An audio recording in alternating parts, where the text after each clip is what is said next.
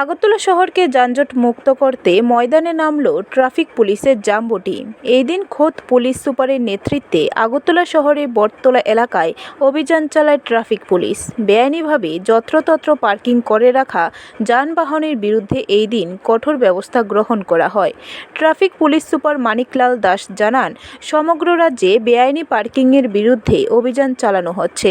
গত 6 মাসে 21,000 driving licence বাজেয়াপ্ত করা হয়েছে, তার মধ্যে 7,000 লাইসেন্স বরখাস্ত করা হয়েছে। ট্রাফিক পুলিশ সুপার সকল যান চালকদের প্রতি আহ্বান জানান আইন মেনে চলার জন্য।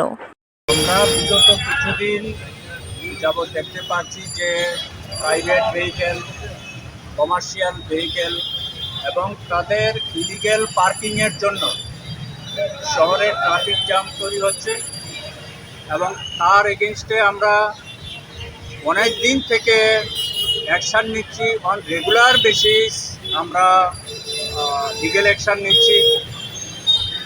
শুধু আগরতলাতেই নয়, সারা ত্রিপুরাতে আমরা অ্যাকশান নিচ্ছি।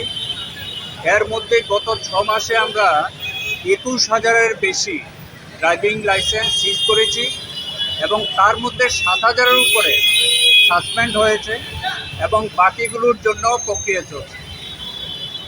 আমরা সবাইকে সচেতন করতে চাই, বিশেষ করে যারা বিজনেস এস্টাবলিশমেন্ট আছে, কমার্শিয়াল ভেহিকেল আছে এবং অন্যান্য যে প্রাইভেট ভেহিকেল আছে, সবাই যেন পার্কিং ডিসিপ্লিন মেনটেন করে চলে। আদারওয়াইজ আমাদের লিগ্যাল অ্যাকশন চলতে থাকবে। এখনও পর্যন্ত আমরা ড্রাইভিং লাইসেন্স সিজ করেছি, সাসপেন্ড করছি। এখন থেকে আমরা ভেহিকেলকে ডিটেইন করার জন্য যে আইনি প্রক্রিয়া সেটা স্টার্ট করেছি এবং অনেক ভেহিকেলে আমরা রেজিস্ট্রেশন ক্যান্সেল করার জন্য প্রক্রিয়া স্টার্ট করেছি। স্যার, আজকে কতজনকে করা হয়েছে? আমরা পার্টিকুলারলি এখনো আমাদের অভিযান জাস্ট। ব্যুরো রিপোর্ট, খবর ত্রিপুরা।